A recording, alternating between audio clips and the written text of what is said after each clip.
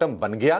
क्योंकि हमने देखा कि 4650 रुपए तक गिरने के बाद कल शेयर ने रिकवरी दिखाई और हर निशान में जाके बंद हुआ है। ऑपरेशन सामान्य हो रहे हैं।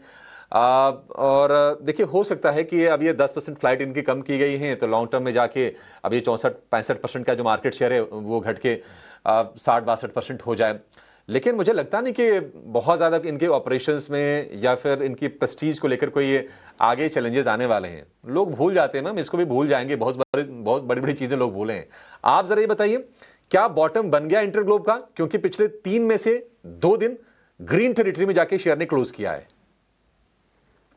तो डेफिनेटली एक्चुअली देखा जाए तो हम क्लोजली इसको ट्रैक कर रहे थे बिकॉज ऑफ कोर्स इसमें काफी प्रॉफिट बुकिंग और करेक्टिव मूव आ चुका था।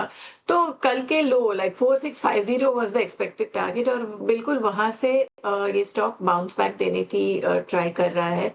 सो आई वुड से 4650 का एक अच्छा सा बॉटम बन रहा है। अगर ये लेवल टूटता then of course it will negate my view, but फिलहाल टेक्निकली अगर देखें तो 4650 का एक अटल सपोर्ट है और यहाँ से अगर ये बाउंस बैक कंटिन्यू रहा तो 5200 5500 तक भी दोबारा जा सकता है। तो ये राय इन इंटरग्लोब एविएशन को लेकर है। एक और स्टॉक है जहाँ पे लगातार ऑर्डर की खबरें हर हफ्ते कुछ ना कुछ नए ऑर्डर यहाँ पे आती रहती हैं। एनवीसीसी को लेकर है। अब फिर से 2 क्लाइंट्स से इन्हें ऑर्डर मिला है और ऑर्डर की जो वैल्यू है करीब 290 करोड़ के आसपास की है। एनवीसीसी को लेकर क्या राय है प्रदीप जी आपकी?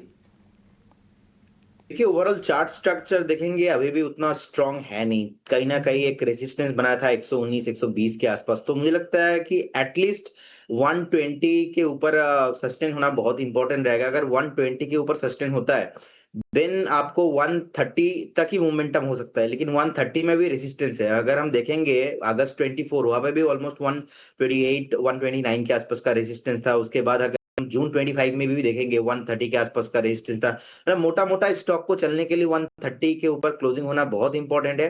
120 के ऊपर आपको 130 तक मिल सकता है, लेकिन मेरे हिसाब से बाई करना चाहिए 130 एंड अबव भी। अभी कुछ नहीं करना चाहिए। जिनके पास है बने रहिए, होल्ड कीजिए, लेकिन फ्रेश बाई 130 अबव होना चाहिए।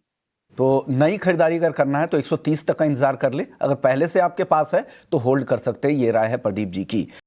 टाटा पावर, हालांकि ऑर्डर का साइज बहुत बड़ा नहीं है, लेकिन आरईसी पावर डेवलपमेंट से ऑर्डर ये मिला है 156 करोड़ का। टाटा पावर को लेकर क्या राय है वैशाली मैम?